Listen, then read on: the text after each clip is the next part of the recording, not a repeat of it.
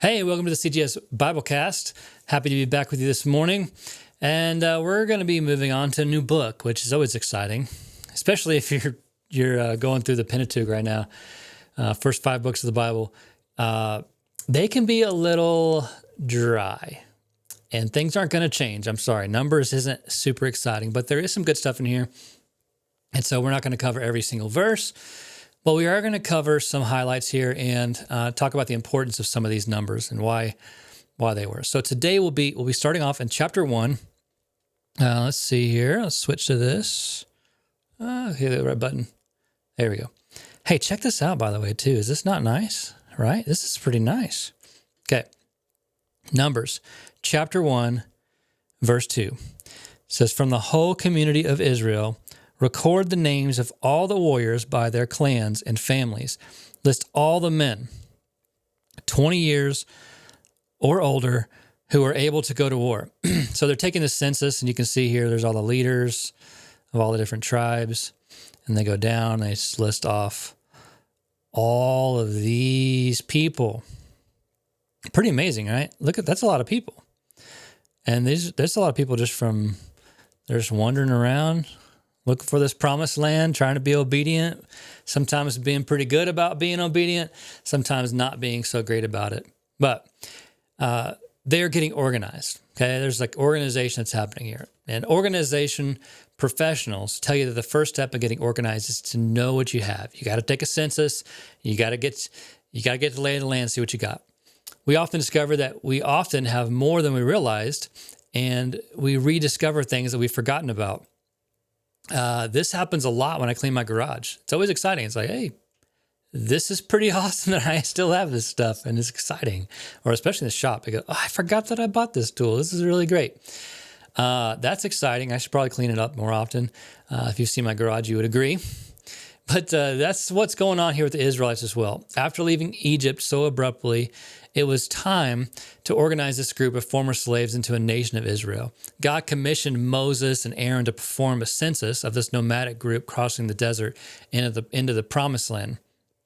And this census revealed a couple of things. First, they discovered just who and how many were among them, and who was and how many were in these established tribes. And they rediscovered that they were part of the blessing that God had promised Abraham. They had grown from a family of 70 people into a great and mighty nation with 1 million people. And they had wealth. They counted all their stuff and what they had and got what God had blessed them with. And they were pretty stinking blessed, even though they were wandering in the wilderness. And they would soon discover that they didn't have to fear the battles ahead because God was going to promise them and He was going to be with them. So there are times that we need to organize and regroup. We need to discover the blessings in our life that we weren't seeing and rediscover the relationship we have with God and that we may have forgotten to cherish. In that relationship, we will find that we are mighty in His power and we do not have to fear. We'll see that our tribe has grown. Maybe we're not 1 million people yet, and honestly, I don't desire to have a family of 1 million people.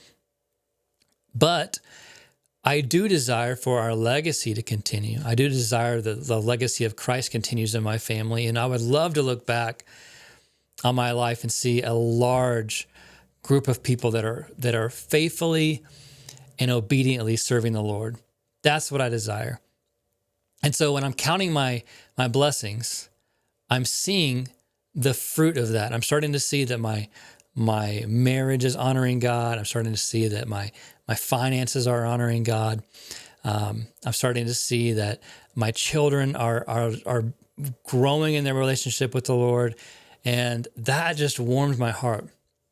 If you don't take time to stop and do these kind of things, you'll notice that you focus on immediate wants and needs. You focus on the things that you do not have. I wish I had a bigger boat or a nicer house, or I wish I had a nicer car. I wish I had more relationships, more people. I wish I had what other people had. But when we take census of what God has blessed us with, we start to see all the milestones that He's brought us through. We start to remember all the testimonies that we have of how faithful the Lord was for us, all the victories. That job we complain about so much, man, it was such a huge miracle that you got it in the first place, and it was a huge celebration that you had in your family with the Lord.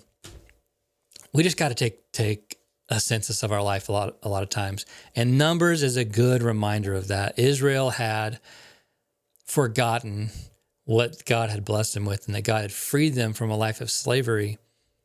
Now they were living free, and they're taking census of this. And the promise of Abraham was being revealed. That's a big deal for Israel, and it's a big deal for us. Anyway, hope you have a good day. Hope this blessed you. Hope this encourages you to take a census of your life and all the blessings that God has laid on you. Yeah, I'm praying for you today. Have a good day. Bye.